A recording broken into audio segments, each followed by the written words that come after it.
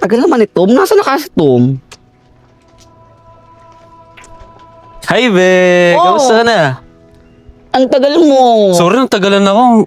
May pinagawa pa sa akin si Papa. Pinalinis pa yung sasakyan niya. Tsaka, alam mo na yun, nagpag-good shot pa ako kay Papa para makasama ka lang. Talaga ba? Siyempre naman. Kamusta ka naman ngayon? Ang ganda mo ah. Tinga. Wow! Ano naman to? Lagi naman ako maganda. Alam mo naman yan, di ba? Oo naman Kaya yan. nga, gusto mo ako, di ba? Pinayagan ka ba ng papa mo? Oo naman. Sa totoo nga niyan, gusto niya dito na lang daw magpalipas ng gabi. Ay, totoo ba yun? Pwede ba? Oo naman, kahit gabi-gabi. Ayun. Alam mo, na-miss kita. Kasi, bira na lang tayo magkita eh. Dati, naalala ko, 2 beses sa isang linggo. Pero ngayon, madalang na eh. Minsan, tatapos na lang yung isang linggo na hindi tayo nagkikita. Eh, kasi busy lang ako, B. Alam mo naman, di ba, katrabaho, busy sa work. Tapos, may kakwento ko sa'yo. Ano? Di ba, in-invite kita yung sumali ako sa pageant, tapos hindi ka naman nagpunta. Ayun, kaso, top 5 lang eh. Pero, gusto naman nun yun.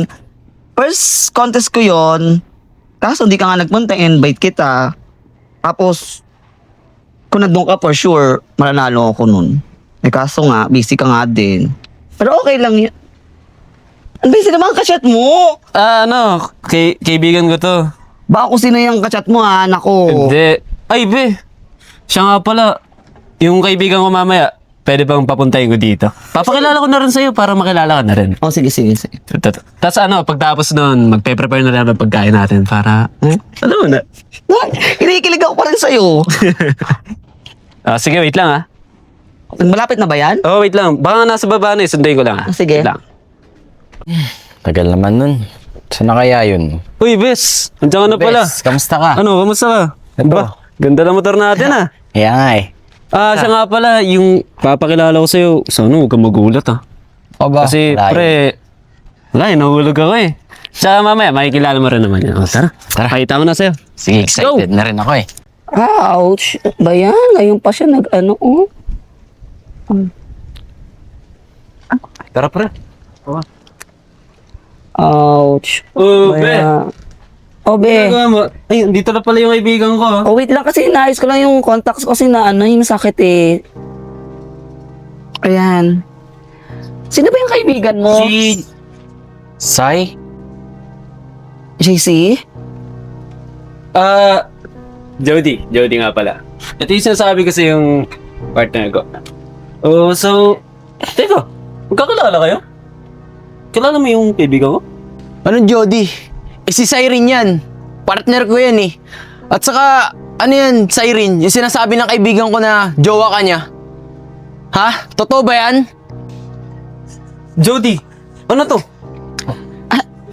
Wait, magkapaliwanag ako tong... Si... JC kasi nakilala ko sa pageant, sa mga contest ko, siya yung sumusuporta sa akin, tumutulong sa pageant ko. Tapos, hindi ko naman talaga alam na mag-explain ako. Bitawan mo ako. Ano ba yan? Hindi ko naman kasi alam na magtropa pala kayo eh. Tom, sorry. Sorry. Bitawan mo nga ako. Ano bang palusot yan? Pwede mo naman sabihin sa akin yan, di ba? Sasamahan naman kita eh. Eh di ba nga yung mga nakaraan nagkapasama ko sa'yo, tapos hindi ka pwede, tapos sa'yo mo hindi ka pinayagan ng papa mo. Ay, sorry, hindi ko talaga alam na magkaibigan kayo eh. So, ganun na lang yun. Nawala lang ako saglit. Kaibigan ko pa? Kaibigan ko pa talaga yung papalit mo sa akin? Ayos tayo So kung hindi mo alam na mag-best friend kami nito, pagtutuloy mo yung panloloko mo, no? Sa Jody man o Siren, mali pa rin ang pumasok sa isang relasyon na magkarelasyon na! Sorry talaga sa inyong dalawa, pero napamahal na kayo sa akin dalawa eh. Tsaka, mababait kayo, tapos hindi kayo mahirap mahalin. Kaya, sorry Tom, easy. Alam kong mali, pero wala, nahulog na ako sa inyong dalawa eh. Sorry. Tom, easy. Alam mo, Jody, simula ng pagkabata namin, magkasama na kami. Lumaki kami ng parehas, sabay namin tinakakamundo. Marunong kami rumespeto, gumalang, magmahal. Tsaka, kung respeto lang din naman ang hinahanap mo, sana sa sarili mo mismo sinisimulan yun.